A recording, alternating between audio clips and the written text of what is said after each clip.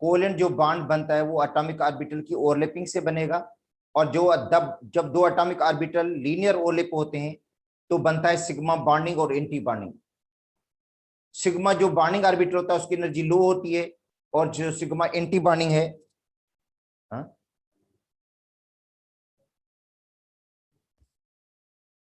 जो sigma anti bonding orbital है उसकी एनर्जी हाई होती है। ठीक है, जो इलेक्ट्रॉन्स हैं पहले सिग्मा बॉन्डिंग ऑर्बिटल को ऑक्यूपाई करेंगे, अगर ज्यादा इलेक्ट्रॉन्स होंगे फिर एंटी बॉन्डिंग में वो जाएंगे। अच्छा, इस तरह जब पी पी ओवरलैपिंग होती है, पी ऑर्बिटल पी के साथ ओवरलैप होता है तो पहले सिग्मा बॉन्ड बनता है, और उसके बाद जो है वो पैरेलल ओवरलैपिंग से पाई बॉन्डिंग और एंटी बॉन्डिंग बनते हैं। तो बेटा मॉलिक्यूलर ऑर्बिटल थ्योरी के मुताबिक जब भी एटॉमिक ऑर्बिटल लीनियर ओवरलैप हो चाहे पैरेलल, बॉन्डिंग और एंटी बॉन्डिंग दोनों में बनेंगे। एक में बनेगा सिग्मा बॉन्डिंग और एंटी बॉन्डिंग, और दूसरे में बनेगा पाई बॉन्डिंग और एंटी बॉन्डिंग ऑर्बिटल जो बनता है। अच्छा, जब हम नाइट्रोजन को देखते हैं या नाइट्रोजन से लोअर एलिमेंट्स को हम देखते हैं, बेटा नाइट्रोजन या नाइट्रोजन से जो लोअर वाले एलिमेंट्स हैं उनको हम देखते हैं, तो उनके अंदर कहा गया है ये कि भाई जो एस और पी की ओवरलैपिंग होती है इसके अंदर, और जिसके वजह से जो सिग्मा 2s ऑर्बिटल होता है, बेटा सिग्मा 2s ऑर्बिटल उसकी एनर्जी लो हो जाती है, और जो सिग्मा 2px ऑर्बिटल बनता है उसकी एनर्जी हाई हो जाती है। इसलिए एनर्जी डायग्राम के अंदर ये होगा, एनर्जी बेटा डायग्राम जो नाइट्रोजन या नाइट्रोजन से कम वाले एलिमेंट्स हैं नाइट्रोजन के लिए या नाइट्रोजन से कम वाले एलिमेंट्स के लिए ये होता है। मैं आपको बता देता हूं एनर्जी का डायग्राम। देखो ये नाइट्रोजन के बारे में है कि नाइट्रोजन में जब एक नाइट्रोजन का 2s ऑर्बिटल दूसरे नाइट्रोजन के 2s ऑर्बिटल के साथ ओवरलैप होगा, बेटा ये नाइट्रोजन है उसका है 2s ऑर्बिटल, और दूसरे नाइट्रोजन का भी क्या है 2s ऑर्बिटल है।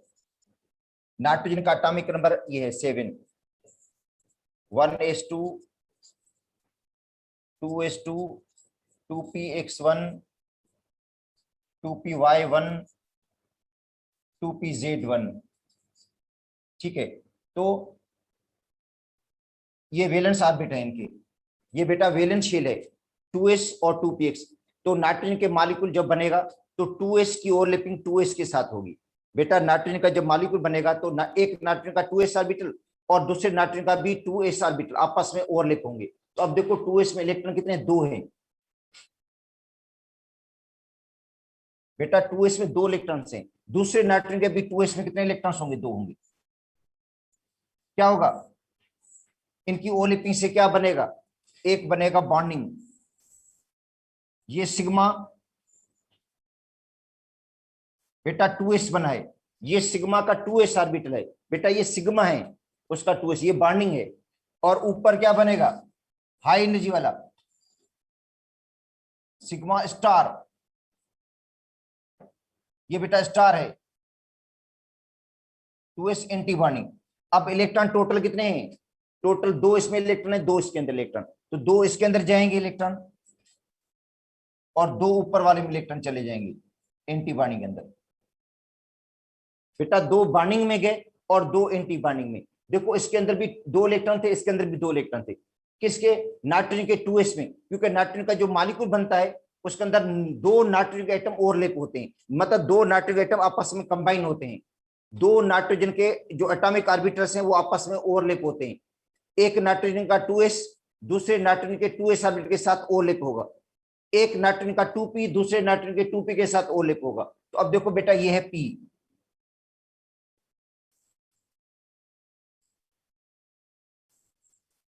px py pz, दूसरे नाइट्रोजन के भी यही होंगे बेटा, 3 होंगे। ठीक है, px py और pz, देखो ये आपस में ओवरलैप होंगे, ये आपस में क्या होंगे बेटा, ये आपस में ओवरलैप होंगे। तो नाइट्रोजन के बारे में आपको मैं बता चुका हूं कि नाइट्रोजन में जो 2px सिग्मा होता है उसकी एनर्जी थोड़ी हाई हो जाती है, उसकी एनर्जी थोड़ी हाई हो जाती है, क्योंकि 2s और 2p की ओवरलैपिंग वजह से, 2s और 2p की ओवरलैपिंग वजह से क्या होता है कि 2s की एनर्जी लो हो जाती है और 2px जो सिग्मा बनता है उसकी एनर्जी थोड़ी हाई हो जाती है। इसलिए ये जो बनेगा, इसके सिग्मा बॉन्ड बनेगा बेटा। इससे जो सिग्मा बॉन्ड बनेगा वो कौन सा होगा, इनकी ओवरलैपिंग से सिग्मा जो बॉन्ड बनेगा, सिग्मा 2p(x), ये बेटा सिग्मा 2p(x) है, ये सिग्मा 2p(x) है। इससे जो पाई बनेगा वो एनर्जी में लोअर होगा, इससे जो पाई बनता है वो एनर्जी में क्या होता है, लोअर होता है। ठीक है, ये जो दो बनेंगे इनकी ओवरलैपिंग से, इनकी ओवरलैपिंग से जो दो पाई बॉन्ड बनेंगे बेटा, ये देखो, ये दो पाई बॉन्ड बने, पाई 2py और पाई 2pz, ये एनर्जी में बराबर हैं। ये बेटा पाई 2py और 2pz एनर्जी में इक्वल है, ये दोनों एनर्जी में बराबर हैं। मगर इनकी एनर्जी लोअर है, देखो सिग्मा से लोअर है, क्योंकि 2s और 2p की ओवरलैपिंग वजह से ऐसा हुआ कि जिसके वजह से ऑक्सीजन में ऐसा नहीं होता, ऑक्सीजन में इस तरह नहीं होता है, सिर्फ नाइट्रोजन और नाइट्रोजन से लोअर वाले एलिमेंट में ऐसा होता है। ठीक है, तो ये दोनों बने हैं 2py पाई 2py और पाई 2pz, जिनकी एनर्जी लोअर है। अब एंटी बॉन्डिंग में जब जाएंगे हम, तो एंटी बॉन्डिंग के अंदर क्या होगा, ये जो बेटा एंटी बॉन्डिंग के अंदर ये हो जाएगा, जो सिग्मा है स्टार 2px, इसकी एनर्जी हाई हो जाती है, इसकी एनर्जी क्या हो जाती है, हाई हो जाती है, इसकी एनर्जी हाई है। और जो एंटी बॉन्डिंग में पाई बॉन्ड बनेंगे उनकी एनर्जी थोड़ी सी इससे कम होगी। ये देखो, ये पाई है, स्टार बेटा star 2py star 2pz, pi star, ये दोनों एंटी बॉन्डिंग ऑर्बिटल्स हैं, एनर्जी में बराबर हैं। तो ये है नाइट्रोजन का मॉलिक्यूल और नाइट्रोजन से कम वाले का। ठीक है, डायग्राम को देखो। हाँ, जब इसके आप इलेक्ट्रॉन की फिलिंग करेंगे बेटा, इलेक्ट्रॉन की फिलिंग करेंगे तो नाइट्रोजन के मॉलिक्यूल में 14 इलेक्ट्रॉन्स होते हैं। नाइट्रोजन के जो मॉलिक्यूल है N2 मॉलिक्यूल में इलेक्ट्रॉन होते हैं, 14 इलेक्ट्रॉन्स होते हैं, टोटल इलेक्ट्रॉन 14 है, क्योंकि एक नाइट्रोजन के पास 7 इलेक्ट्रॉन, दूसरे नाइट्रोजन के पास 7 इलेक्ट्रॉन, टोटल मॉलिक्यूल में इलेक्ट्रॉन 14 हो गए। तो 14 इलेक्ट्रॉन की फिलिंग करेंगे, और फिलिंग जो कल आपको मैंने सिखाया था फार्मूला, उसके मुताबिक ही होगी बेटा। कल आपको मैंने बताया था फार्मूला कि नाइट्रोजन के मॉलिक्यूल की जब भी आप इलेक्ट्रॉनिक कॉन्फ़िगरेशन करेंगे तो पहले इलेक्ट्रॉन जो जाते हैं, सबसे जो लोअर एनर्जी है, सबसे लोअर एनर्जी वो है सिग्मा 1s की, तो पहले सिग्मा 1s को भरेंगे, सिग्मा 1s2, ये बेटा सिग्मा है 1s2, इसकी एनर्जी सबसे लोअर है। अच्छा, उसके बाद एनर्जी किसकी ज्यादा है, सिग्मा स्टार, ये सिग्मा स्टार है बेटा, एंटी बॉन्डिंग का 1s, उसमें 2 इलेक्ट्रॉन जाएंगे। अच्छा, उसके बाद किसकी एनर्जी होगी, सिग्मा 2s की होगी बेटा, ये सिग्मा 2s, ये सिग्मा है 2s, इसको भरेंगे, 2 इलेक्ट्रॉन्स के अंदर जाएंगे। उसके बाद किसके अंदर इलेक्ट्रॉन जा रहे हैं, ऊपर देख लो, स्टार सिग्मा 2s, इसमें 2 इलेक्ट्रॉन गए। अब उसके बाद किसके अंदर इलेक्ट्रॉन जाएंगे, अब इसके अंदर आते हैं, इसके अंदर 1 इलेक्ट्रॉन, px में 1, py में भी 1, pz में भी 1। अच्छा, इसके अंदर देखो 1 1 और 1 इलेक्ट्रॉन, देखो px में 1, py में 1, pz में 1, px में 1, py में 1, pz में 1, देखो इलेक्ट्रॉन नाइट्रोजन में। तो टोटल इलेक्ट्रॉन कितने हो गए, 6। टोटल इलेक्ट्रॉन 6 में फिलिंग पहले किसकी होगी बेटा, सबसे पहले इलेक्ट्रॉन की फिलिंग करेंगे सबसे लोअर एनर्जी वाले, जो पाई वाले हैं, इनमें इलेक्ट्रॉन जाएंगे। इसके अंदर 1 गया, इसके अंदर 1 गया, फिर इसको पेयर कर दिया, इसको भी पेयर कर दिया, और फिर 2 इलेक्ट्रॉन बचेंगे, वो उसमें जाएंगे। बेटा टोटल 6 इलेक्ट्रॉन हैं, मगर 6 इलेक्ट्रॉन में सबसे पहले फिलिंग इसकी होगी, सबसे जो पहले फिलिंग होती है ना, वो इसकी होती है, लोअर एनर्जी वाले की। किसके अंदर, नाट मतलब वैसे सबके अंदर फिलिंग लोअर वाले की होती है, तो इसके अंदर पाई 2pz और 2py को पहले भरेंगे हम। हाँ, अब उसके बाद देखो किसको पहले भर रहे हैं हम, पाई 2py, इसमें 2 इलेक्ट्रॉन है, इसकी एनर्जी बराबर है किसके, पाई 2pz के, एनर्जी में बराबर है ये दोनों। ठीक हो गया ये। अब आते हैं किसके अंदर? अब इलेक्ट्रॉन जाएंगे किसके अंदर बेटा? जाएंगे सिग्मा 2px के अंदर। कितने इलेक्ट्रॉन गए? 2 इलेक्ट्रॉन। तो ये इसकी इलेक्ट्रॉनिक कॉन्फ़िगरेशन है बेटा, ये इसकी मॉलिक्यूल की इलेक्ट्रॉनिक कॉन्फ़िगरेशन है। अब आते हैं इसकी मैग्नेटिक प्रॉपर्टीज मालूम करनी है हमने, बॉन्ड ऑर्डर मालूम करना है हमने, बॉन्ड ऑर्डर। तो बेटा बॉन्ड ऑर्डर का मैंने आपको फार्मूला लिखवा दिया था, बॉन्ड ऑर्डर के bonding electrons minus anti bonding upon 2।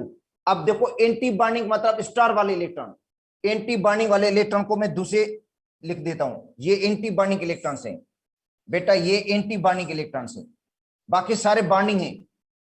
ये जिनको मैंने रेड कर दिया ये एंटी बॉन्डिंग, जिनके ऊपर स्टार की निशानी लगी हुई है ये एंटी बॉन्डिंग है, और बाकी सभी बॉन्डिंग है। तो बॉन्डिंग इलेक्ट्रॉन टोटल कितने हो गए? 2 4 6, और इसके ऊपर मैंने इलेक्ट्रॉन लिखे नहीं है, देखिए 2 है बेटा, 2 4 6 8 और 10, 10 बॉन्डिंग इलेक्ट्रॉन।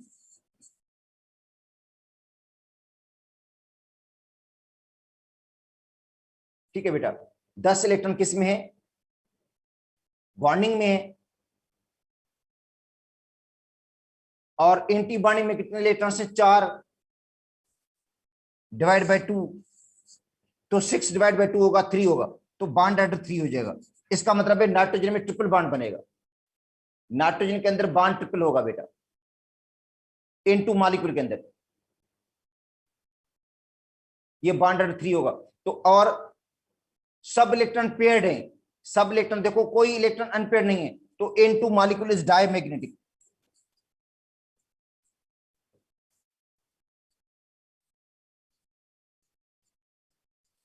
बेटा N2 का मॉलिक्यूल क्या होगा? डायमैग्नेटिक होगा। N2 का मॉलिक्यूल क्या होगा? डायमैग्नेटिक। ठीक है, क्या होगा? डायमैग्नेटिक होगा N2 का मॉलिक्यूल। सब इलेक्ट्रॉन पेयर्ड है इसके अंदर, कोई इलेक्ट्रॉन अनपेयर्ड नहीं है। अगर आपको कहा जाता है भाई N2 के ऊपर 2 माइनस की चार्ज आ जाए बेटा, N2 के ऊपर 2 माइनस की चार्ज आ जाए तो उसके बाद उसका बॉन्ड ऑर्डर क्या होगा? N2 के ऊपर 2 माइनस की चार्ज आए, 2 माइनस की चार्ज आने से क्या होगा? 2 इलेक्ट्रॉन बढ़ जाएंगे उसके अंदर बेटा, 2 माइनस की चार्ज से 2 इलेक्ट्रॉन बढ़ेंगे और वो एंटी बॉन्डिंग में जाएंगे, क्योंकि बॉन्डिंग तो फिल है, ये बॉन्डिंग में तो फिलिंग पूरी हो गई है। अगर 2 इलेक्ट्रॉन बढ़ेंगे तो किसके अंदर जाएंगे? लाजिम बात है एंटी बॉन्डिंग के अंदर जाएंगे, तो एंटी बॉन्डिंग में 2 इलेक्ट्रॉन अनपेयर्ड हो जाएंगे और फिर वो पैरामैग्नेटिक हो जाएगा। ठीक है बेटा, N2 का मॉलिक्यूल जब उसके ऊपर 2 नेगेटिव चार्ज आ जाए तब, ये नाइट्रोजन का मॉलिक्यूल हो गया, मगर N2 के ऊपर 2 माइनस की चार्ज आ जाएगी तब ऐसा होगा।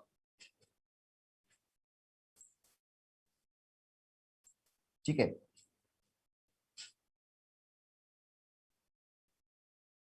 अब आते हैं बेटा O2 का मॉलिक्यूल, O2 ऑक्सीजन का मॉलिक्यूल।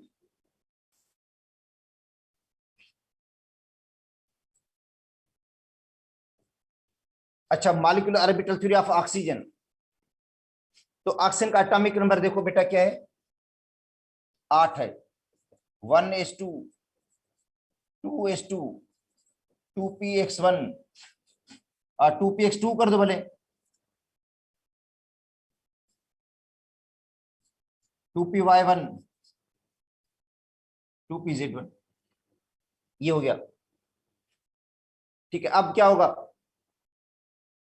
अब वैलेंस शेल इसका ये है, ये बेटा इसका वैलेंस शेल है।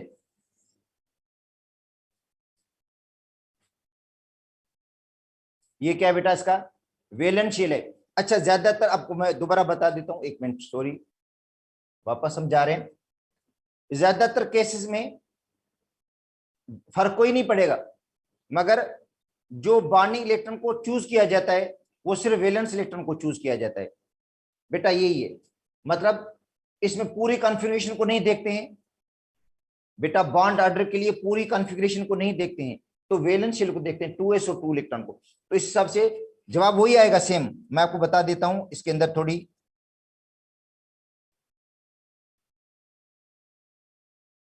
जवाब में कोई फर्क नहीं आएगा, वो सिर्फ उन्हीं इलेक्ट्रॉन को काउंट करते हैं जो वैलेंस शेल के इलेक्ट्रॉन्स हैं, मतलब 2s और 2p के इलेक्ट्रॉन्स को। तो अब बताओ इसके अंदर यहां से काउंट कर दो, कितने हैं बॉन्डिंग इलेक्ट्रॉन्स? बेटा ये 2 इलेक्ट्रॉन बॉन्डिंग वाले ये हो गए, वो एंटी बॉन्डिंग वाले छोड़ दो, 2 ये बॉन्डिंग हो गए, 4 6 8, अच्छा 8 इलेक्ट्रॉन्स बॉन्डिंग हो गए।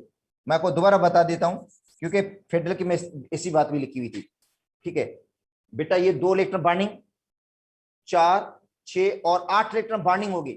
एंटी बॉन्डिंग में कितने इलेक्ट्रॉन्स हैं? एंटी बॉन्डिंग में 2 हैं, तो 8 में से 2 गए 6, फिर भी जवाब 3 आएगा।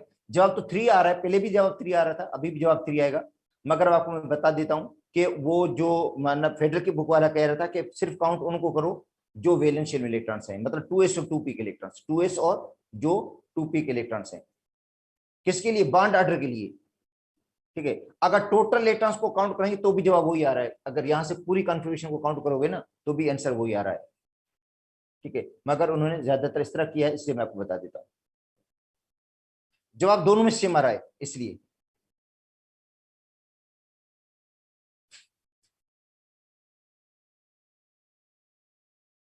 हाँ अब देखो नाइट्रोजन है बेटा ये, अब नाइट्रोजन का मॉलिक्यूल जब बनेगा O2 मॉलिक्यूल बनेगा तो क्या होगा? O2 के मॉलिक्यूल में 2s की ओवरलैपिंग 2s के साथ होगी बेटा, ये 2s, ठीक है। ये ऑक्सीजन का, क्योंकि ऑक्सीजन मॉलिक्यूल में 2 एटम होते हैं, ऑक्सीजन का जो मॉलिक्यूल बनेगा उसमें 2 एटम होंगे, तो एक ऑक्सीजन का 2s ऑर्बिटल दूसरे ऑक्सीजन के 2s के साथ ओवरलैप होगा। देखो ये 2s,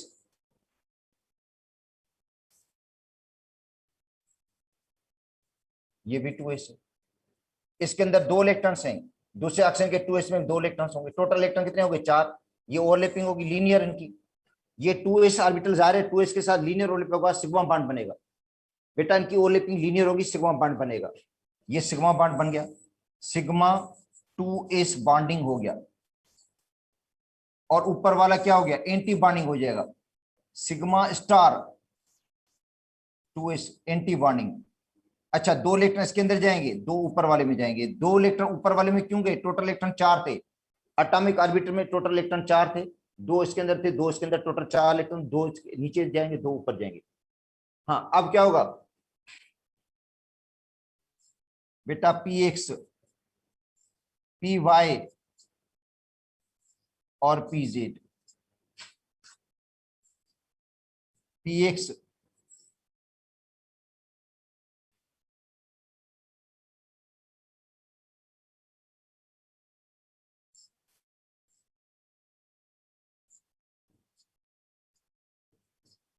ठीक है।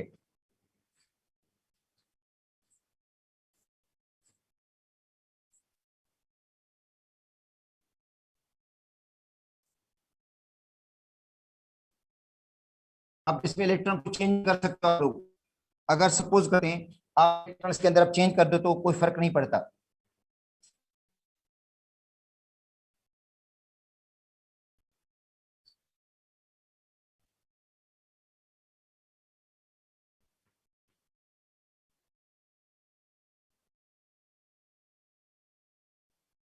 बेटा इसके अगर इसके अंदर इलेक्ट्रॉन आप 1 लिखते हो, इसके अंदर 2 इलेक्ट्रॉन लिख देते हो तो कोई फर्क नहीं पड़ेगा,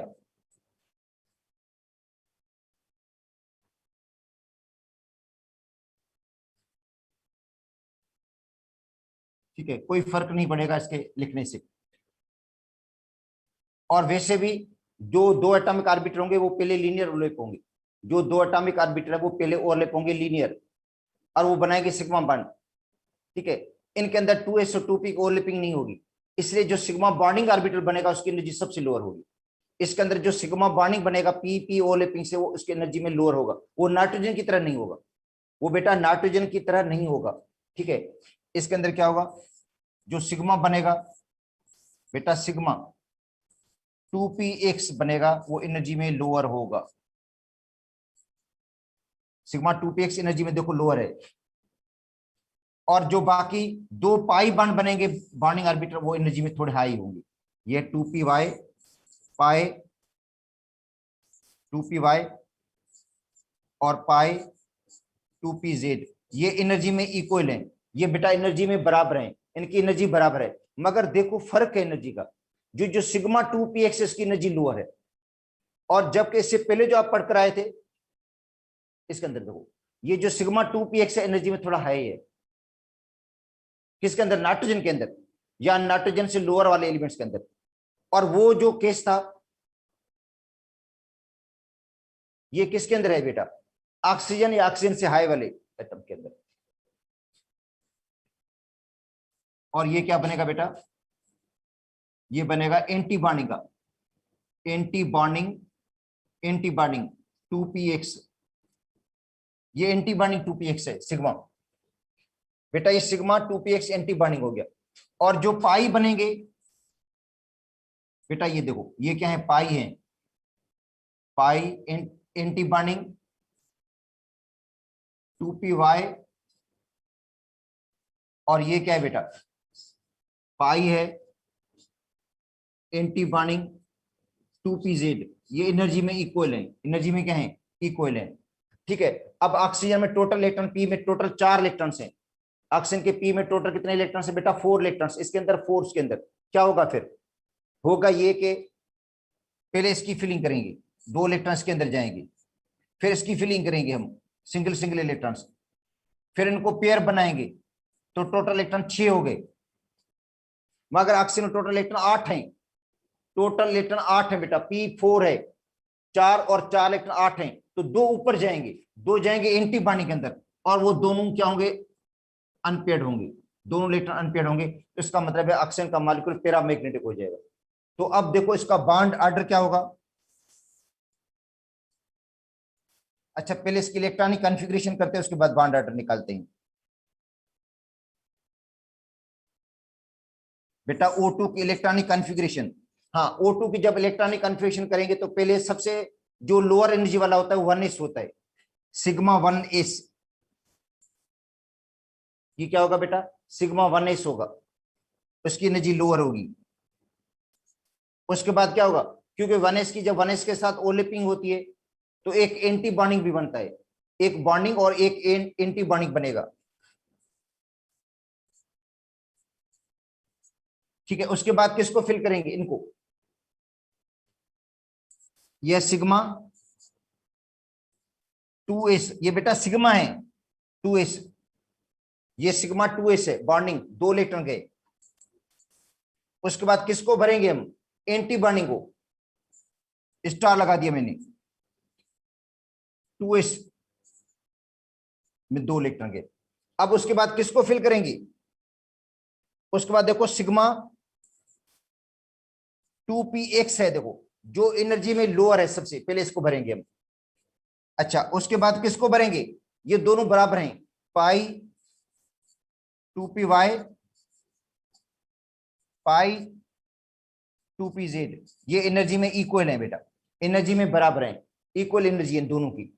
इनको साथ भरेंगे दोनों को, 2 इसमें गए 2 इसके अंदर गए। हाँ अब किसको भरेंगे हम,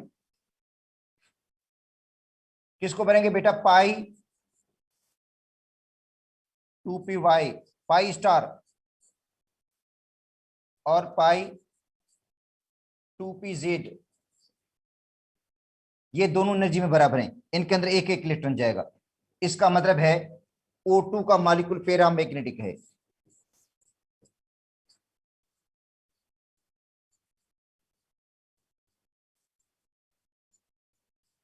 बेटा O2 का मॉलिक्यूल क्या है, पैरामैग्नेटिक है।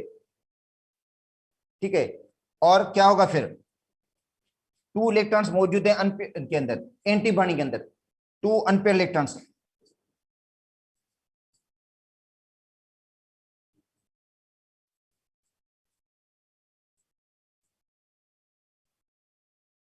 इन एंटी बॉन्डिंग ऑर्बिटल,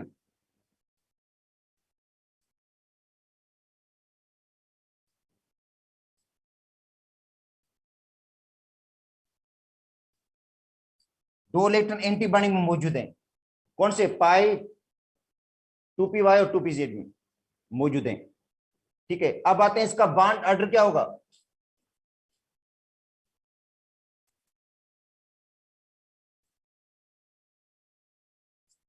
जगह तो कम है मगर आ जाएगा।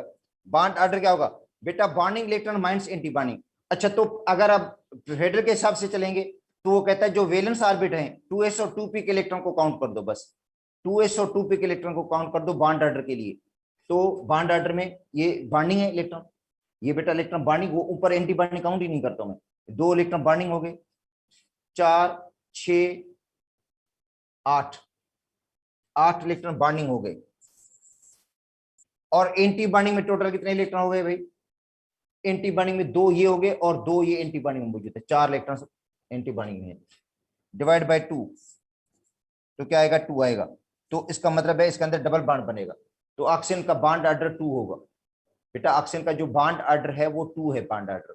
हाँ अब आते हैं, ठीक है, अब ये तो ऑक्सीजन मॉलिक्यूल हो गया। अगर ऑक्सीजन के ऊपर एक माइनस की चार्ज हो, पर ऑक्साइड हो, पर ऑक्साइड, देखो अब आते हैं पर ऑक्साइड पे, तो इधर ही मैं समझा देता हूं, मुझे फिर लिखना पड़ेगा अलग से, ठीक है। पर ऑक्साइड हो,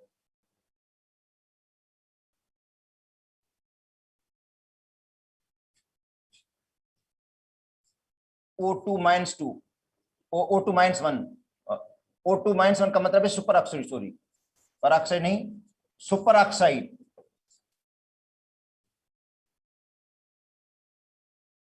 सुपर ऑक्साइड की तो 1 इलेक्ट्रॉन बढ़ाना पड़ेगा। अब मैं दोबारा बता देता हूं, 1 इलेक्ट्रॉन इसके अंदर बढ़ाना पड़ेगा,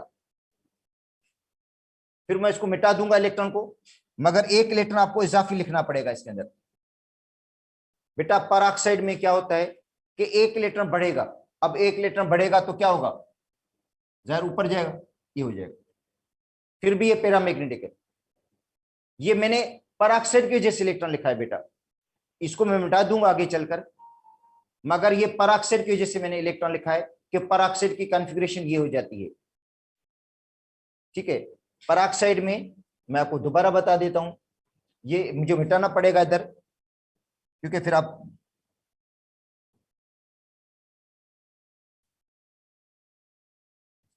ठीक है, वापस जाते हैं हम पर ऑक्साइड की तरफ। तो पर ऑक्साइड में इलेक्ट्रॉन टोटल 17 हो जाते हैं।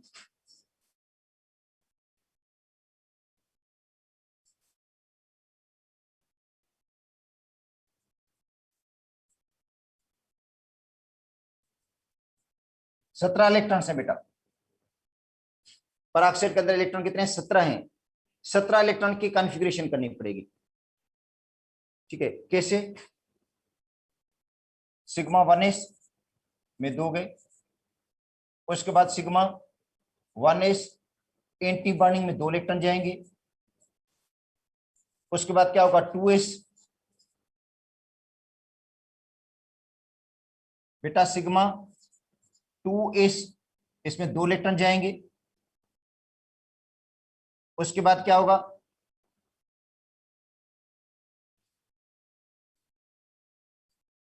सिग्मा 2s एंटी बॉन्डिंग में 2 इलेक्ट्रॉन जाएंगे, वो जो ऑक्सीजन की इलेक्ट्रॉनिक कन्फ्यूजन आपको मैं पढ़ा चुका हूं। इधर देखो बेटा 2s और 2s की ओवरलैपिंग होती है, ठीक है। तो क्या बनेगा? बॉन्डिंग 2s के साथ ओवरलैप होगा, तो क्या बनेगा? सिग्मा 2s बॉन्डिंग बनेगा, और दूसरा क्या बनेगा? सिग्मा 2s क्या बनेगा? एंटी बॉन्डिंग बनेगा, जिसके अंदर 2 इलेक्ट्रॉन जाएंगे। एंटी बॉन्डिंग के अंदर बेटा 2 इलेक्ट्रॉन जाएंगे, ये सिग्मा स्टार हो गया, इसके अंदर 2 इलेक्ट्रॉन थे, तो 2 इसके अंदर जाएंगे और 2 इसके अंदर, टोटल 4 इलेक्ट्रॉन हो जाएंगे। तो वही मैं आपको बता रहा था इधर कि देखो ये बेटा सिग्मा 2s में 2 इलेक्ट्रॉन के, सिग्मा जो ऑक्सीजन मॉलिक्यूल की इलेक्ट्रॉनिक कॉन्फ़िगरेशन आपने पढ़ी थी वो सेम ही है, तो दोबारा ये डायग्राम बनाने की कोई जरूरत नहीं है, वो डायग्राम बनी हुई है, समझे? डायग्राम बनी हुई है, सिर्फ इलेक्ट्रॉन को लिखना पड़ेगा आप लोगों को, उसकी इलेक्ट्रॉनिक कॉन्फ़िगरेशन करनी पड़ेगी। हाँ अच्छा, उसके बाद इस डायग्राम को देखते जाएं, एनर्जी आप लिखते जाएं। अच्छा उसके बाद क्या आएगा बेटा? सिग्मा 2px आएगा, जिसमें 2 इलेक्ट्रॉन जाएंगे। अच्छा उसके बाद कौन आएगा ऑर्बिटल? पाई आएगा, 2py और पाई 2pz, ये एनर्जी में इक्वल है, 2 इलेक्ट्रॉन इसके अंदर जाएंगे। अभी भी इलेक्ट्रॉन 17 पूरे नहीं हुए। अच्छा उसके बाद आएगा एंटी बॉन्डिंग आएगा पाई 2p पाई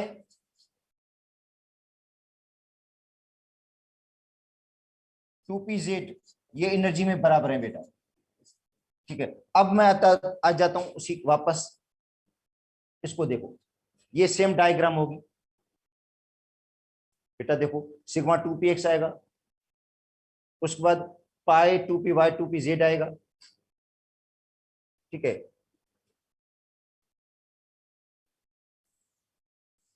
ठीक है, पाई 2py 2pz। उसके बाद एंटी बॉन्डिंग में क्या आएगा, पाई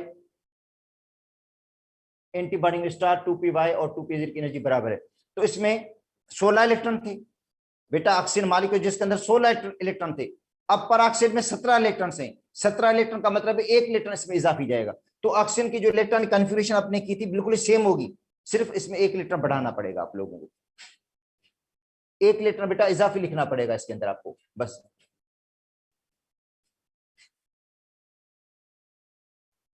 ठीक है, अब इसके अंदर इलेक्ट्रॉन 2 इसके अंदर लिख दो, 1 इसके अंदर लिख दो, बस हो गया। अभी भी 1 इलेक्ट्रॉन अनपेयर्ड मौजूद है, तो इसका मतलब है O2-1 peroxide is paramagnetic. Paramagnetic है।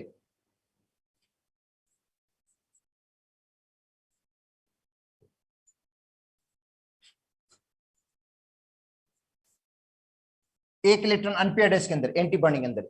अब आते हैं बॉन्ड ऑर्डर क्या होगा, क्योंकि बॉन्ड ऑर्डर में वो इलेक्ट्रॉन काउंट करते हैं जो वैलेंस ऑर्बिट है। तो 2s और 2p इसका वैलेंस ऑर्बिट है बेटा। 2s और 2p के इलेक्ट्रॉन को काउंट करते हैं इसके अंदर। तो बॉन्डिंग इलेक्ट्रॉन कितने हो गए, मैं इनको बेटा जो इलेक्ट्रॉन काउंट करते हैं वो आपको मैं बता देता हूं कि कौन से इलेक्ट्रॉन काउंट किए जाते हैं। इन इलेक्ट्रॉन्स को काउंट किया जाता है, ये बॉन्डिंग और एंटी बॉन्डिंग वाले। तो इनके ऊपर स्टार दिया गया, ये एंटी बॉन्डिंग है। तो बॉन्ड ऑर्डर में पहले इलेक्ट्रॉन लिखेंगे बॉन्डिंग के, ये बॉन्डिंग ऑर्बिटल, ये ऑर्बिटल बॉन्डिंग है, ये भी बॉन्डिंग है, ये भी बॉन्डिंग है। तो टोटल इलेक्ट्रॉन कितने हो गए, 2 4 6 और 8। अब एंटी बॉन्डिंग में कितने इलेक्ट्रॉन्स हैं बेटा, एंटी बॉन्डिंग में 2 इलेक्ट्रॉन ये मौजूद हैं, 2 ये 4 1 5, 5 एंटी बॉन्डिंग में डिवाइड बाय 2, तो समझे 3/2, तो 1.5। तो बॉन्ड ऑर्डर बेटा फ्रैक्शन में भी होता है, इसका बॉन्ड ऑर्डर 1.5 है। हाँ, अब आते हैं O2-2 पे।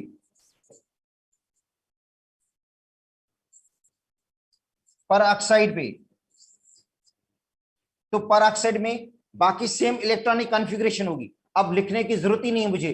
पेरोक्साइड में टोटल इलेक्ट्रॉन कितने हो जाते हैं बेटा, 18 इलेक्ट्रॉन्स हैं। 2 इलेक्ट्रॉन ऑक्सीजन ने गेन किए, तो मुझे बाकी लिखने की जरूरत नहीं है। बस देखो बाकी मैं डेड डेड डैश लगा देता हूं, सिर्फ ये लिख देता हूं आखिर में, पाई 2py और पाई 2pz, ये लिख देता हूं मैं। लास्ट वाले जो एंटी बॉन्डिंग वाले वो लिख देता हूं बस, बाकी सेम है, बिल्कुल सिमिलर कॉन्फ़िगरेशन है। बाकी बेटा सेम होगी, सिर्फ आखिर वाले। हाँ, क्या होगा अब बेटा, 18 इलेक्ट्रॉन जब फिल करोगे ना आप लोग, 18 इलेक्ट्रॉन यहां तक फिल होंगे। ठीक है, 2 इलेक्ट्रॉन इसके अंदर जाएंगे, 2 इलेक्ट्रॉन इसके अंदर जाएंगे बस। तो ये क्या हो जाएगा, डायमैग्नेटिक हो जाएगा। क्या होगा बेटा, डायमैग्नेटिक होगा। मैंने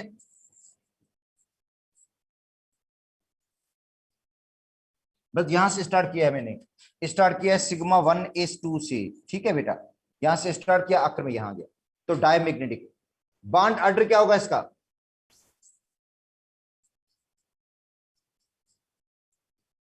बॉन्ड ऑर्डर उसी से निकालेंगे, बॉन्डिंग इलेक्ट्रॉन वही 8 हो जाएंगे। एंटी बॉन्डिंग में 5 नहीं 6 इलेक्ट्रॉन हो गया। अब एंटी बॉन्डिंग में 1 इलेक्ट्रॉन बढ़ गया है बेटा, एंटी बॉन्डिंग में 1 इलेक्ट्रॉन बढ़ गया है क्योंकि पीजेड भी पूरा फिल हो गया। ठीक है, तो एंटी बॉन्डिंग में 2 इलेक्ट्रॉन बढ़ गए हैं, तो 6 इलेक्ट्रॉन्स हो गए डिवाइड बाय 2, तो बॉन्ड ऑर्डर 1 होगा। इसका मतलब इसके अंदर सिंगल बॉन्ड होगा। तो O2-2 में बॉन्ड ऑर्डर 1 है बेटा, O2-2 का बॉन्ड ऑर्डर क्या हो गया, 1 हो गया। अब आ जाते हैं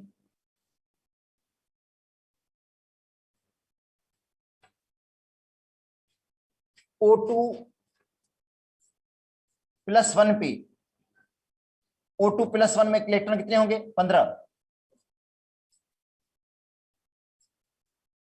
15 इलेक्ट्रॉन की फिलिंग कर दो आप लोग बेटा। 15 इलेक्ट्रॉन की फिलिंग करनी है आपने, 15 इलेक्ट्रॉन आपने भरने हैं। ठीक है, 15 इलेक्ट्रॉन किस तरह भरेंगे हम? सिग्मा 1s में 2 इलेक्ट्रॉन। ठीक है,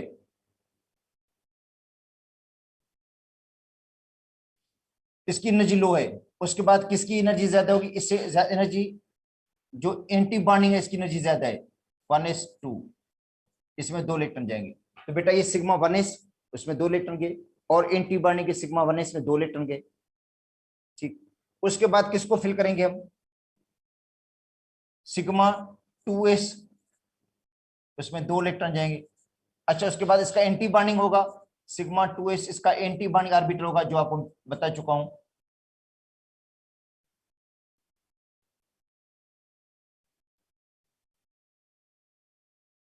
इसके अंदर 2 इलेक्ट्रॉन जाएंगे। अच्छा, उसके बाद देखो वही डायग्राम जो हमने ऑक्सीजन के अंदर पढ़ी थी बेटा, सेम डायग्राम है। जो आप लोगों ने ऑक्सीजन के अंदर डायग्राम पढ़ी थी वो सिमिलर है। देखो 2s की 2s के साथ ओवरलैपिंग हुई है, तो सिग्मा 2s बना और एंटी बॉन्डिंग। उसके बाद बिल्कुल ही सेम होगा एनर्जी के हिसाब से, जो एनर्जी की सीक्वेंस आपको याद करनी पड़ेगी। 2 सिग्मा 2px है। ठीक है,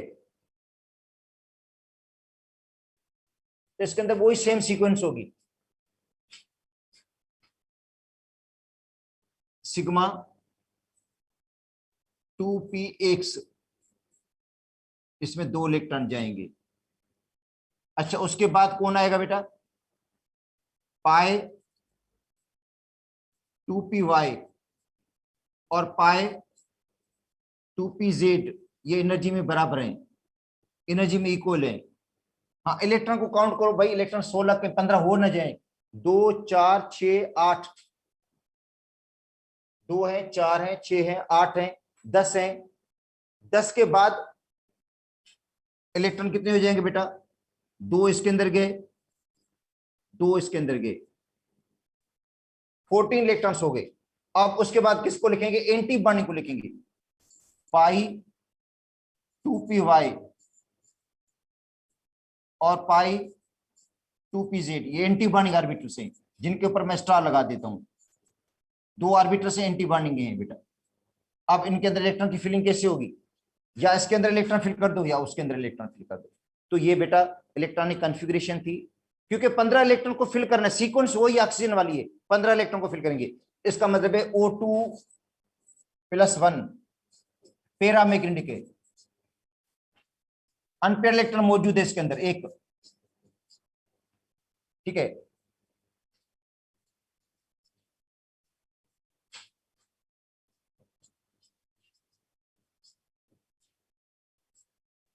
वन अनपेयर इलेक्ट्रॉन, एक इलेक्ट्रॉन अनपेयर्ड।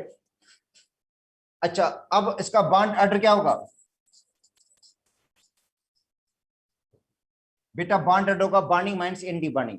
बॉन्डिंग इलेक्ट्रॉन कौन से हैं? बॉन्डिंग इलेक्ट्रॉन्स में ये इलेक्ट्रॉन्स बॉन्डिंग है, क्योंकि वैलेंस शेल को काउंट करते हैं इसके अंदर। ये इलेक्ट्रॉन बॉन्डिंग है, ये इलेक्ट्रॉन बॉन्डिंग है। कितने हो गए? 8। एंटी बॉन्डिंग इलेक्ट्रॉन कौन से हैं बेटा? एंटी बॉन्डिंग वाले इलेक्ट्रॉन्स ये हैं,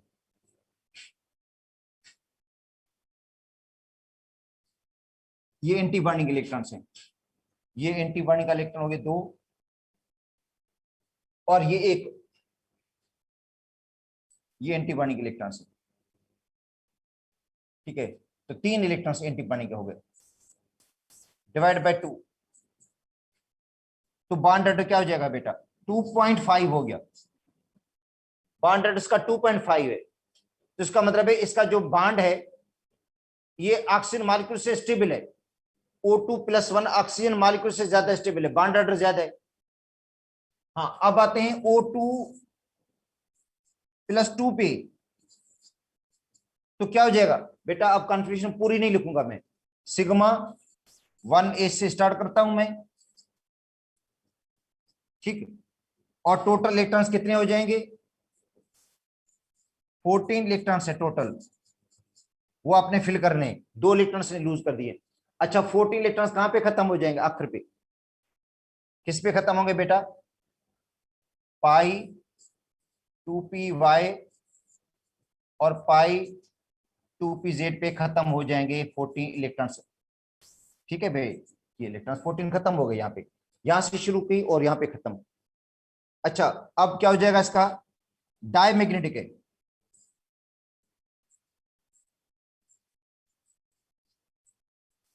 बेटा 14 इलेक्ट्रॉन आपको फिल करने सीक्वेंस में, तो यहां तक फिल हो जाएंगे, यहां तक 14 इलेक्ट्रॉन भर जाते हैं, तो डायमैग्नेटिक है। ठीक है, 14 इलेक्ट्रॉन है, डायमैग्नेटिक है। अच्छा अब क्या होगा भाई? बॉन्ड ऑर्डर क्या होगा इसका? और बॉन्ड ऑर्डर में यहां तक आप इलेक्ट्रॉन काउंट कर दो, बॉन्ड इलेक्ट्रॉन यहां तक, दो ये हो गए, 4 6 8 हो गए। बेटा बॉन्डिंग इलेक्ट्रॉन 8 हैं। अब एंटी बॉन्डिंग में कितने इलेक्ट्रॉन्स हैं? एंटी बॉन्डिंग में सिर्फ 2 इलेक्ट्रॉन्स हैं, ये वाले बस, बाकी तो एंटी बॉन्डिंग में कोई इलेक्ट्रॉन होगा ही नहीं इसके अंदर। 2 इलेक्ट्रॉन एंटी बॉन्डिंग में हो गए, डिवाइड बाय 2 तो हो गया 3। तो बॉन्ड ऑर्डर का 3 हो गया बेटा, बॉन्ड ऑर्डर 3 हो गया है। और इसका मतलब है सबसे ज्यादा स्टेबल O2+2 होगा। अच्छा अब आ जाए इनके बॉन्ड ऑर्डर को देख लो।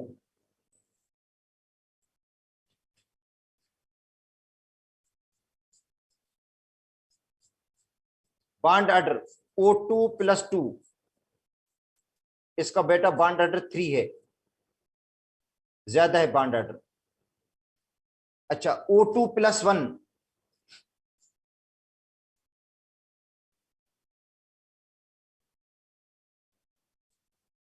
O2+1 इसका बॉन्ड ऑर्डर कितना है? 2.5 है, अभी निकाला था हमने, ज्यादा है ये भी।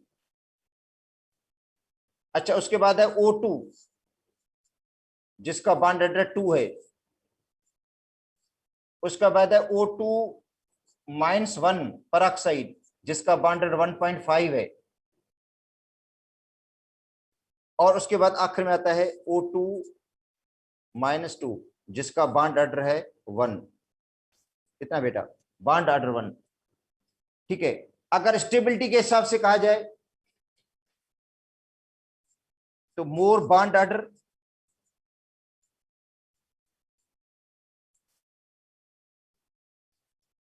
More stable.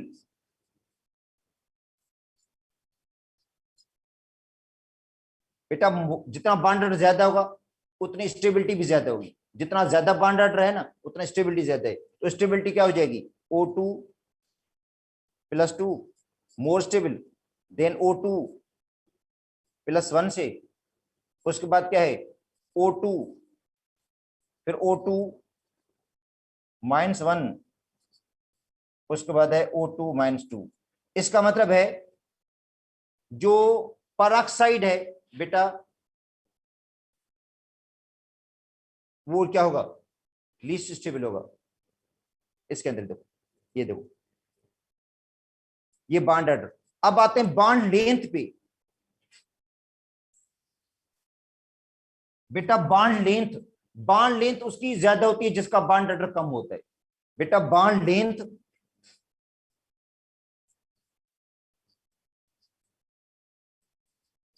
इनवर्सली प्रोपोर्शनल है बॉन्ड ऑर्डर की। बॉन्ड लेंथ जो है इनवर्सली प्रोपोर्शनल बॉन्ड ऑर्डर के। जिसका बॉन्ड ऑर्डर ज्यादा होगा उसकी बॉन्ड लेंथ शॉर्टेस्ट होगी। इसका मतलब है ट्रिपल बॉन्ड की बॉन्ड लेंथ शॉर्टेस्ट होगी।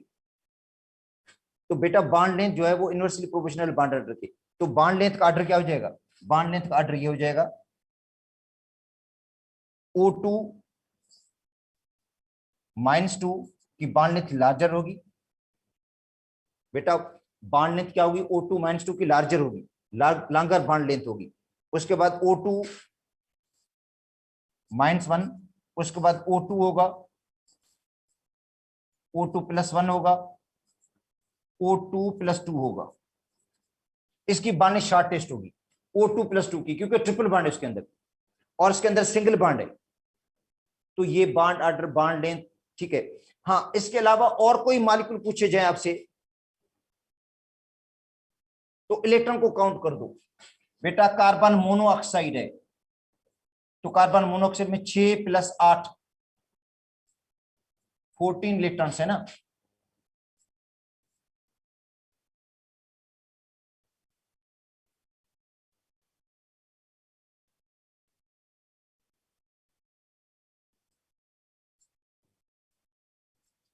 फोर्टीन इलेक्ट्रॉन्स हैं तो ट्रिपल बॉन्ड होगा।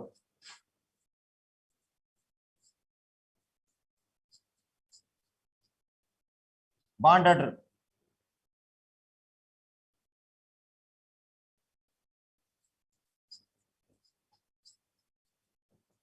थ्री होगा, वही बॉन्ड ऑर्डर होगा जो इसका है। इधर देखो 14 इलेक्ट्रॉन वाले का कौन सा ये है, O2+2 वाला होगा बॉन्ड ऑर्डर। बॉन्ड ऑर्डर 3 हो जाएगा। आप 14 इलेक्ट्रॉन से काउंट कर दो, इलेक्ट्रॉनिक कन्फिग्रेशन कर दो, डायमैग्नेटिक होगा।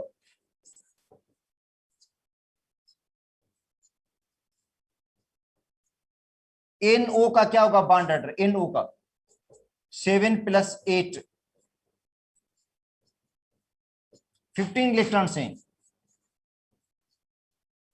तो 15 इलेक्ट्रॉन्स का किस तरह का होगा बेटा, और किसके अंदर देखो 15 इलेक्ट्रॉन्स हैं किसके अंदर, इसके अंदर ये देखो O2+1, O2+1 वाली कन्फिग्रेशन हो जाएगी, इसकी 15 इलेक्ट्रॉन्स हैं तो बॉन्ड ऑर्डर 2.5 होगा। NO का क्या होगा बॉन्ड ऑर्डर 2.5, पैरामैग्नेटिक होगा।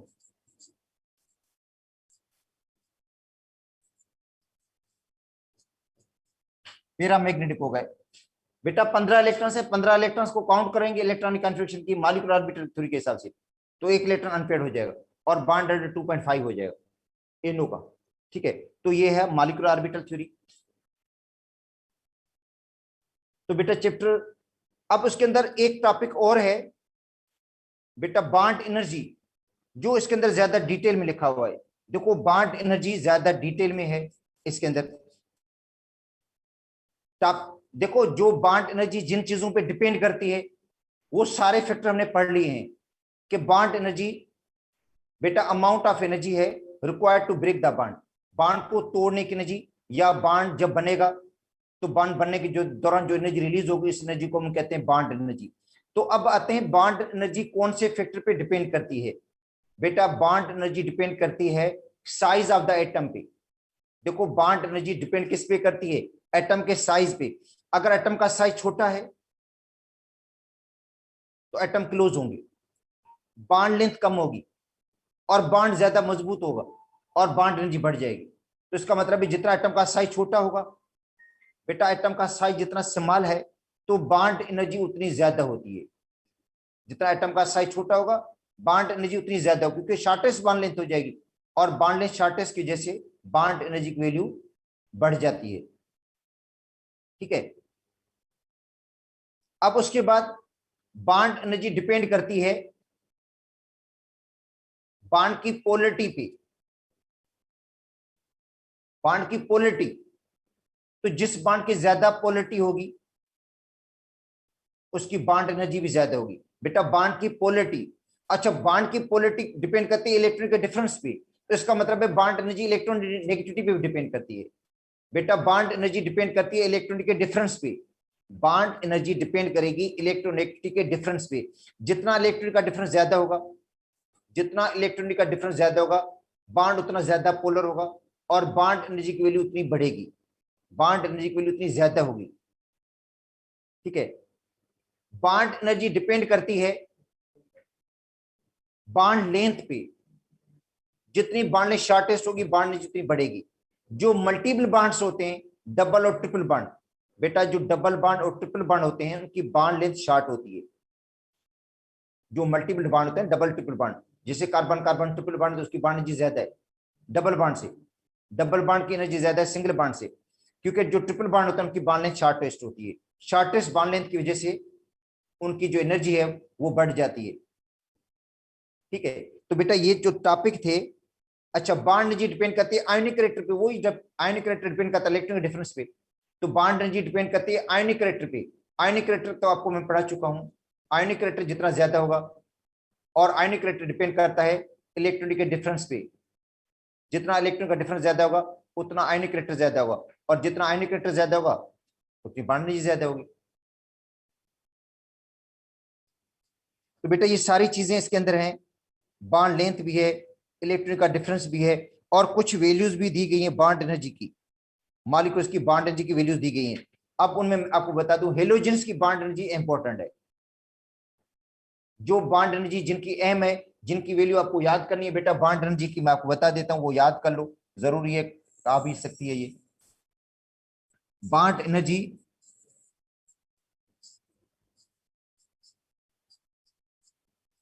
किस किस की याद करेंगे? फ्लोरीन, F2 की, क्लोरीन की, ब्रोमीन की, आयोडीन की, इनकी याद कर लो। HF की, HCl की, HBr की, HI की, इनकी याद कर लो, इनकी वैल्यू, क्योंकि इनकी रिएक्टिविटी के हिसाब से बहुत सारी चीजें आती रहती हैं। इसके अलावा बॉन्ड एनर्जी और आपको याद होनी चाहिए हाइड्रोजन की, ऑक्सीजन की, नाइट्रोजन की, क्योंकि ये कॉमन एग्जांपल हैं जो ज्यादातर दिए जाते हैं। कार्बन कार्बन सिंगल बॉन्ड की याद कर लो, कार्बन कार्बन डबल बॉन्ड की याद कर लो, कार्बन कार्बन ट्रिपल बॉन्ड की याद कर लो बॉन्ड एनर्जी। ठीक है, ये आपको एनर्जी बेटा याद करनी पड़ेगी, वैल्यूज। ठीक है, बॉन्ड एनर्जी की।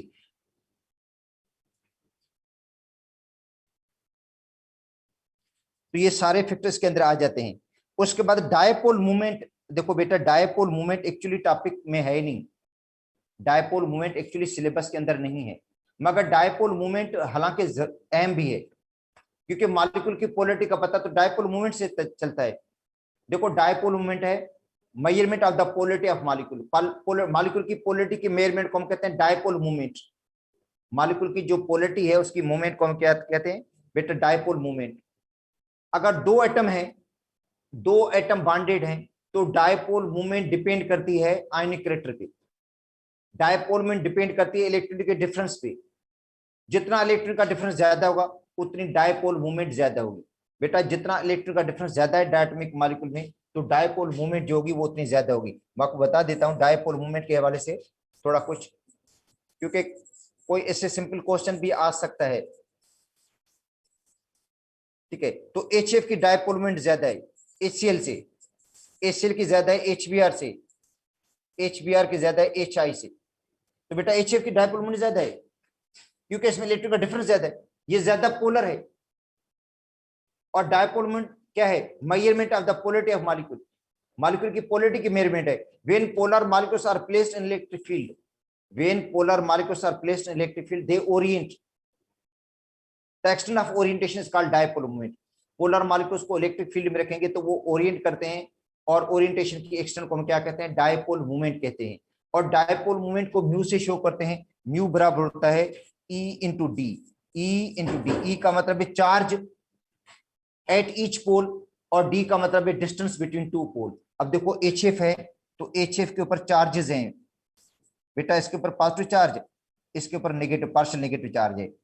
H के ऊपर पार्शियल पॉजिटिव और F के ऊपर पार्शियल नेगेटिव। तो चार्ज है at each pole multiplied by distance between two poles. Multiply कैसे करेंगे? Distance between two pole. हाँ, दो पोल के दरमियान डिस्टेंस किसके बराबर होता है बेटा? बॉन्ड लेंथ के बराबर होता है। दो पोल के दरमियान जो डिस्टेंस है वो बॉन्ड लेंथ के बराबर होगा। तो डायपोल मूवमेंट का जो एक्चुअली हम यूनिट देखेंगे,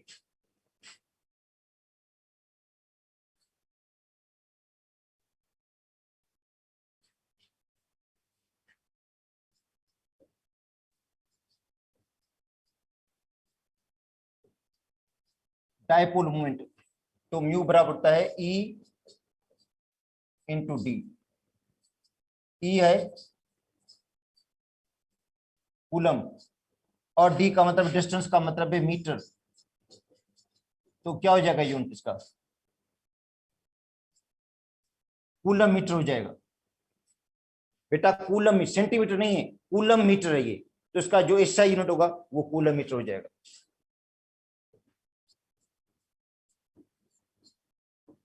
इसके अलावा इसका एक और यूनिट भी है जो उसके साइंटिस्ट के नाम से, डच फिजिक्स था पीटर डी बाई, उसके नाम से है डी बाई यूनिट भी है। देखो डी बाई यूनिट भी होता है।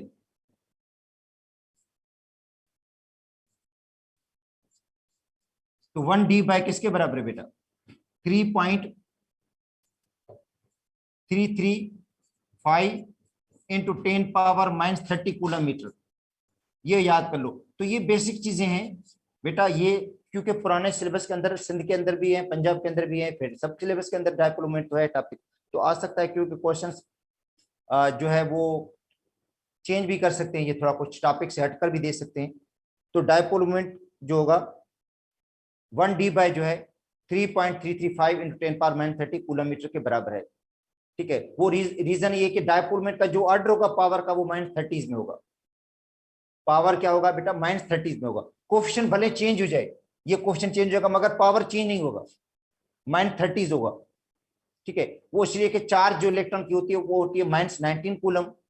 बेटा चार्ज जो इलेक्ट्रॉन की है वो -19 कूलम है, और जो डिस्टेंस होता है टू पोल्स के दरमियान, दो एटम के दरमियान जो डिस्टेंस है वो तकरीबन 10⁻10 मीटर होता है। तो 29 बन जाता है, ये पावर कितना बन जाता है, 29 बनता है। फिर राउंड ऑफ कर देते हैं, डिस्टेंस की शिफ्टिंग करते हैं तो पावर 30s में आ जाता है। इसलिए डायपोल मोमेंट का जो ऑर्डर होगा पावर 30s में होगा, कोएफिशिएंट चेंज हो जाएगा। ठीक है, हाईएस्ट में देखो, हाईएस्ट देखो डायपोल मोमेंट किसकी, एचएफ की होती है वैसे जनरली हम देखें तो डायपोल मोमेंट। अच्छा, अगर क्लोरीन है, ब्रोमीन है, O2 है, I2 है,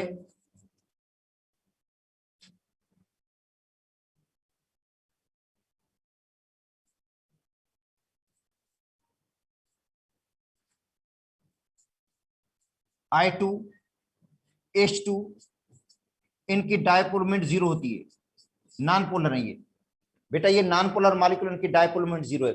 हाँ, अब आते हैं जो मॉलिक्यूल ट्राइएटमिक या पॉलीएटमिक है, डायपोल मोमेंट डिपेंड करेगी ज्योमेट्री पे भी। बेटा मॉलिक्यूल के डायपोल मोमेंट ज्योमेट्री पे भी डिपेंड करती है। कार्बन डाइऑक्साइड को देखो, कार्बन डाइऑक्साइड बॉन्ड तो पोलर है इनकी, बेटा बॉन्ड पोलर है ये, इनके बॉन्ड तो पोलर हैं मगर इनकी डायपोल मोमेंट 0 है। कार्बन डाइऑक्साइड के बॉन्ड पोलर मगर डायपोल मोमेंट 0 है इनकी, क्योंकि डायपोल मोमेंट है वेक्टर सम। बेटा डायपोल मोमेंट वेक्टर सम है, दो वेक्टर्स हैं, इस वेक्टर का डायरेक्शन इस तरफ है, इसका इधर डायरेक्शन है, दोनों का मैग्नीट्यूड बराबर है, तो इनका जो रिजल्टेंट वेक्टर आएगा वो 0 आएगा और इनकी डायपोल मोमेंट ओवरऑल 0 हो जाएगी। मतलब कार्बन डाइऑक्साइड में बेटा दोनों बॉन्ड क्या है, लीनियर है, स्ट्रेट लाइन में है। ठीक है, इसलिए उनकी जो डायपोल मूवमेंट होती है वो कैंसिल हो जाती है, ओवरऑल डायपोल मूवमेंट 0 हो गई। मगर सल्फर डाइऑक्साइड में देखो, सल्फर डाइऑक्साइड का एंगुलर स्ट्रक्चर होता है, एंगुलर आपने पढ़कर आए, SO2 का स्ट्रक्चर एंगुलर है लोन पेयर की वजह से।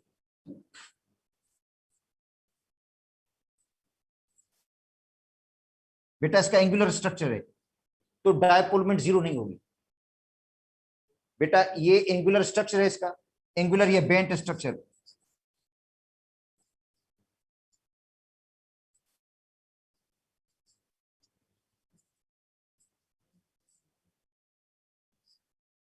तो डायपोल में नॉट इक्वल टू 0, 0 के बराबर नहीं होगी बेटा, शो करेगा ये डायपोल मोमेंट। तो सल्फर डाइऑक्साइड शो कर रहा है, वाटर शो कर रहा है डायपोल मोमेंट, बेटा वाटर का भी एंगुलर स्ट्रक्चर है तो इसकी डायपोल मोमेंट 0 नहीं होगी। हालांकि ये भी ट्राइएटमिक, ये भी ट्राइएटमिक, ये भी ट्राइएटमिक, मगर कार्बन डाइऑक्साइड जो है वो नॉन पोलर है, CO2 नॉन पोलर हो जाएगा।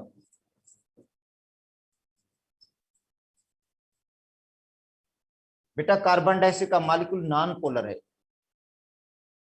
ठीक है, जबकि वाटर पोलर है, SO2 भी पोलर है, डायपोल मोमेंट शो करते हैं दोनों, उनकी डायपोल मोमेंट 0 के बराबर नहीं है, ये डायपोल मोमेंट शो करता है वाटर भी, और जो है सल्फर डाइऑक्साइड भी डायपोल मोमेंट शो करेगा, मगर कार्बन डाइऑक्साइड की 0 है।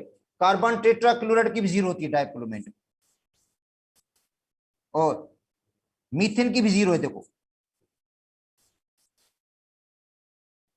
सिमेट्रिकल स्ट्रक्चर की वजह से, बेटा मीथेन की भी डायपोल मोमेंट 0 है, किसकी वजह से, सिमेट्रिकल स्ट्रक्चर की वजह से। ठीक है, डायपोल मोमेंट 0 मीथेन की भी, कार्बन टेट्राक्लोराइड की भी 0 है, सिमेट्रिकल स्ट्रक्चर की वजह से। अच्छा, मगर असिमेट्रिक क्लोरोफॉर्म,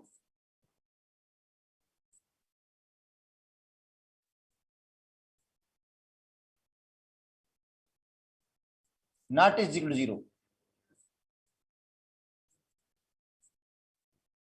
बेटा क्लोरोफॉर्म डायपोल मोमेंट शो करेगा, क्लोरोफॉर्म डायपोल मोमेंट शो करता है असिमेट्रिकल स्ट्रक्चर की जैसे। बेटा असिमेट्रिकल स्ट्रक्चर है क्लोरोफॉर्म का, इसलिए वो डायपोल मोमेंट शो करेगा, जबकि CCl4 की 0 होगी, बेंजीन की भी 0 है, BF3 की भी 0 है। देखो BF3 की 0 है, सिमेट्रिकल है।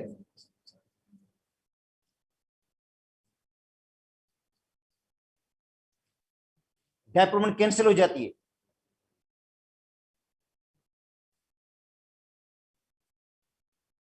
देखो BF3 में बॉन्ड तो पोलर हैं,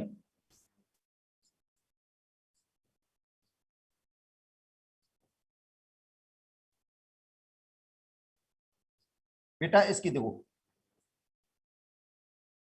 इनकी डायपोल मोमेंट का जो डायरेक्शन है ना, इनकी जो रिजल्टेंट डायपोल मोमेंट का डायरेक्शन डाउनवर्ड होगा। बेटा BF3 में या SO2 में, SO2 में देखो रिजल्टेंट जो डायपोल मोमेंट का डायरेक्शन होता है ना, वो क्या होता है, डाउनवर्ड होता है। ठीक है, जो रिजल्टेंट डायपोल मोमेंट का डायरेक्शन है डाउनवर्ड है। इसमें भी देखो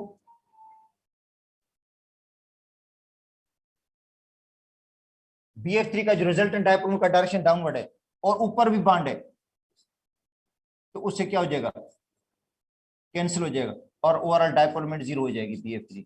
तो बेटा BF3 की भी डायपोल मोमेंट 0 है, BF3 भी नॉन पोलर हो जाता है, CO2 non polar, CH2 non polar. तो इसका मतलब है मीथेन नॉन पोलर है, CCl4 नॉन पोलर है। तो आप सोचेंगे कि भाई इसमें एटम तो डिफरेंट है, बेटा एटम डिफरेंट है, बॉन्ड तो पोलर है मगर ओवरऑल मॉलिक्यूल नॉन पोलर है, क्योंकि डायपोल मोमेंट उनकी कैंसिल हो जाती है बॉन्ड्स की। ओवरऑल जो डायपोल मोमेंट है मतलब ओवरऑल मॉलिक्यूल नॉन पोलर बन जाता है। तो इसी हिसाब से देखो ये पता चलता है डायपोल मोमेंट से कि मॉलिक्यूल कौन सा पोलर है कौन सा नॉन पोलर है मॉलिक्यूल। अंदाजा नहीं लगा सकते हम कि भाई डिफरेंट एटम है तो इसका मतलब है पोलर होगा मॉलिक्यूल। बेटा CCl4 का मॉलिक्यूल नॉन पोलर है, CH4 का मॉलिक्यूल नॉन पोलर है, बेंजीन नॉन पोलर है, BF3 नॉन पोलर है।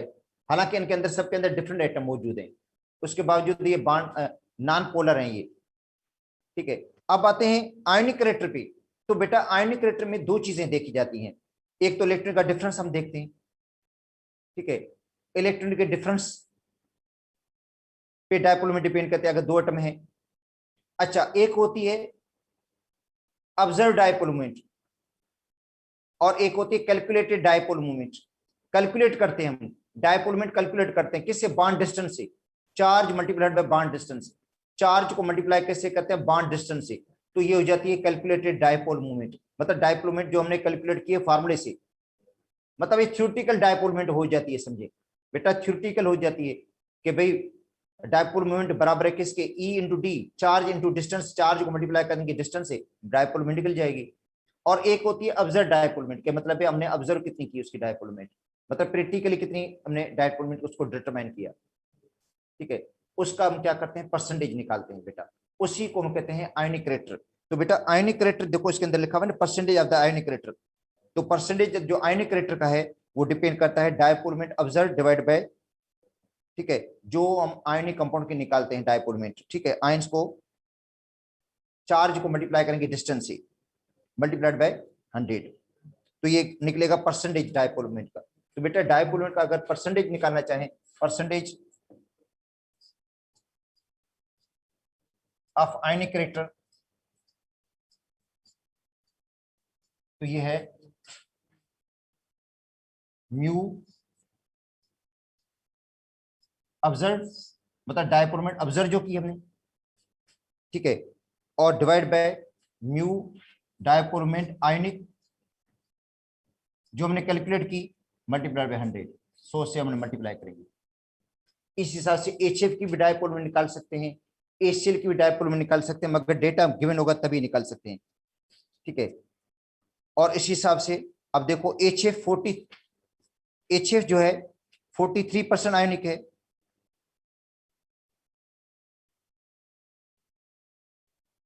HF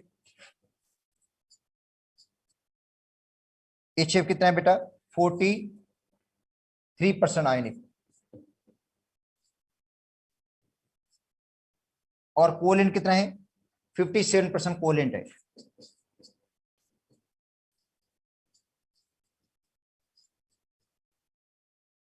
और ये किस तरह निकाला, ये निकाला है उस percentage of the ionic character से, आयनिक करेक्टर का जो परसेंटेज है उसी से निकाला। डायपोल मोमेंट ऑब्जर्व, जो डायपोल मोमेंट ऑब्जर्व की गई वो ऊपर रखेंगे, और जो डायपोल मोमेंट आयनिक है वो नीचे रखेंगे। आयनिक कैसे निकालते हैं, चार्ज मल्टीप्लाइड बाय डिस्टेंस से। बेटा चार्ज मल्टीप्लाइड बाय डिस्टेंस से हम वो निकालते हैं आयनिक, और मल्टीप्लाई किससे करेंगे, 100 से। तो इस हिसाब से HF 43% आयनिक हो जाता है और 57% कोवेलेंट हो जाता है। तो ये हो गया इनका आयनिक करेक्टर भी हो गया। अब आते हैं effect of bonding on the properties of compound. ये भी शायद टॉपिक पता नहीं है या नहीं है, मगर फिर भी आपको मैं पढ़ा देता हूँ क्योंकि ये भी अहम है। अगर सपोज करते हैं मेल्टिंग और बॉइलिंग पॉइंट का आपको मतलब कंपैरिजन किया जाता है, तो भी आपको यही देखा जाता है। अगर सपोज करते हैं आपको कहा जाता है भाई हाई बॉइलिंग पॉइंट, ठीक है, और कंपाउंड आपको दिए जाते हैं, उनमें आप देखो हीलियम है, आपको वाटर भी दिया जाता है, आपको सीजियम फ्लोराइड भी दिया जाता है, और ऐसे कंपाउंड और भी कोई आपको HCl भी दिया जाता है। आप कंफ्यूज हो जाएंगे क्योंकि आप लोगों ने समझेंगे कि बॉइलिंग पॉइंट तो हमने किसी का याद ही नहीं किया था, किसी कंपाउंड का हमने बॉइलिंग पॉइंट याद नहीं किया था, अब किस तरह निकालेंगे हम। तो बेटा इसको देख लो, ये तो इसके अंदर कौन सी फोर्सेज होती हैं हीलियम के अंदर, भले हीलियम सॉलिड भी लिख दें कि भाई हीलियम सॉलिड फॉर्म में है, जीनान सॉलिड फॉर्म में, क्या हुआ भाई सॉलिड फॉर्म में तो क्या होगा। तो बेटा इनके अंदर कौन सी फोर्सेज होती हैं, वंडरवाल्स फोर्सेज होती हैं, लंडन डिस्पर्शन फोर्सेज होती है नॉन पोलर के दरमियान, वीकर फोर्स, कमजोर फोर्सेज, लो बॉइलिंग पॉइंट इसी का होगा, लो बॉइलिंग पॉइंट जो होगा इसी का होगा। वाटर का बॉइलिंग पॉइंट ज्यादा है, वाटर का बॉइलिंग पॉइंट ज्यादा है क्योंकि वाटर के अंदर हाइड्रोजन बॉन्डिंग है, मगर वाटर का ज्यादा सीजियम फ्लोराइड से तो नहीं होगा ना, ये आयनिक है।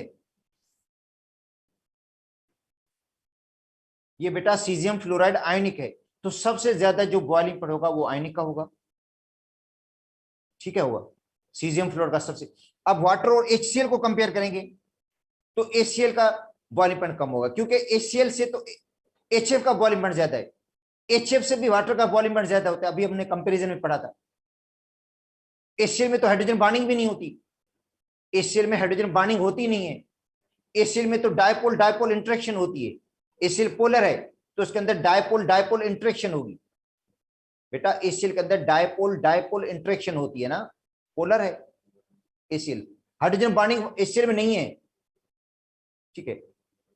हाइड्रोजन बॉन्डिंग उन्हीं मॉलिक्यूल्स में होगी जिनमें हाइड्रोजन ऑक्सीजन के साथ बॉन्डेड होगा, नाइट्रोजन के साथ बॉन्डेड होगा, फ्लोरीन के साथ बॉन्डेड होगा, उसमें उनमें हाइड्रोजन बॉन्डिंग होती है।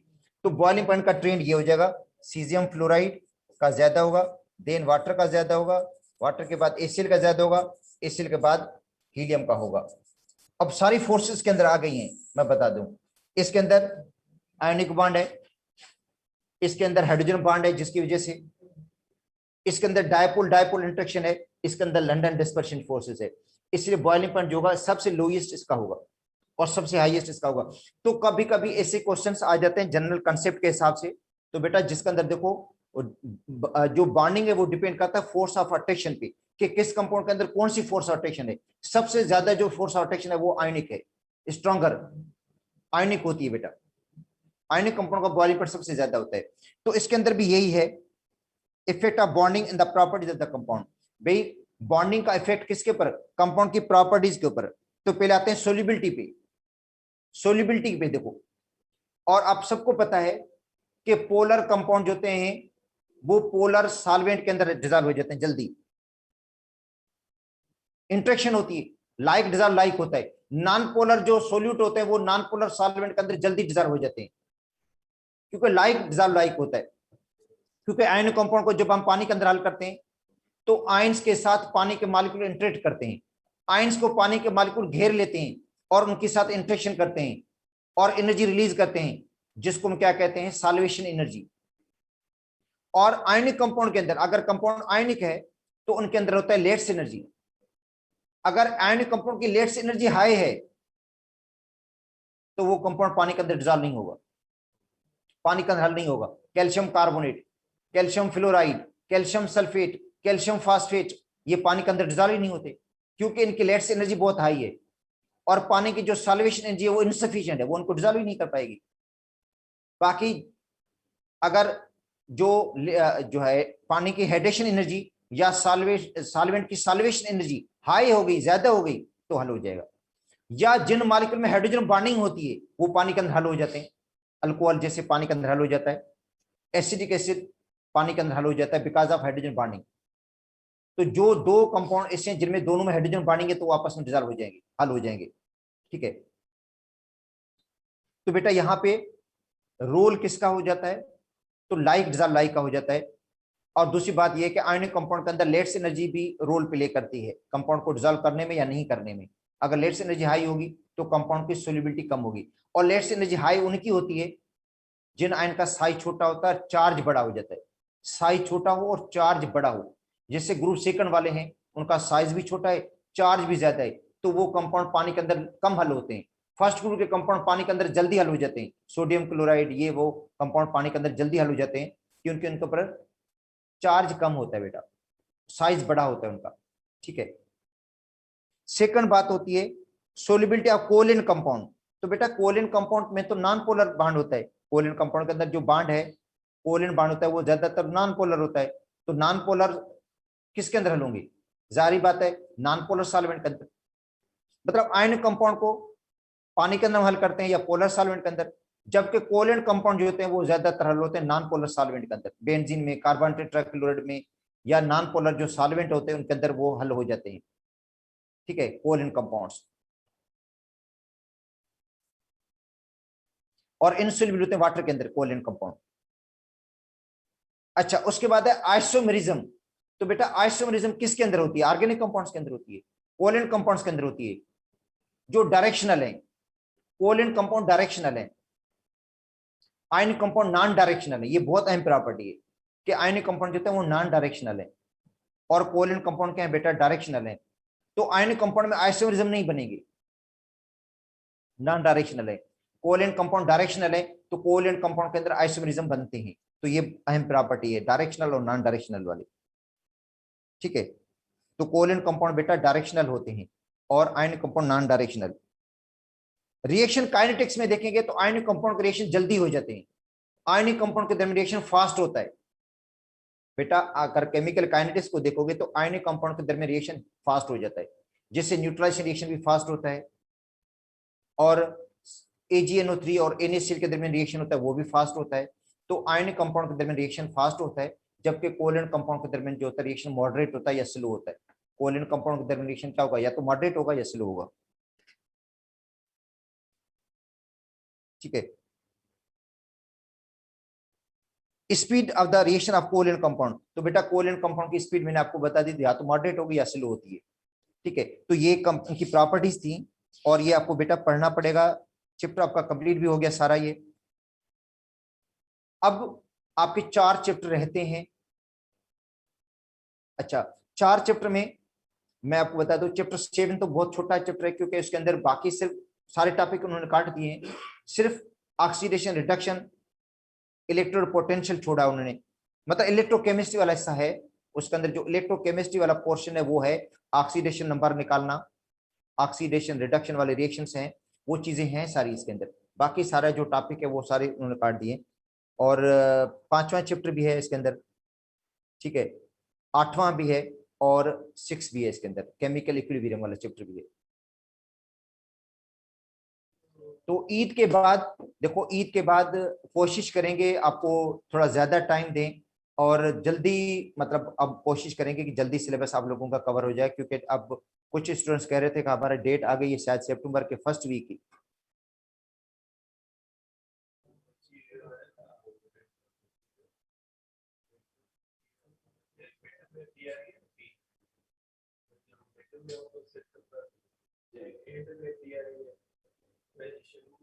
हाँ वो तो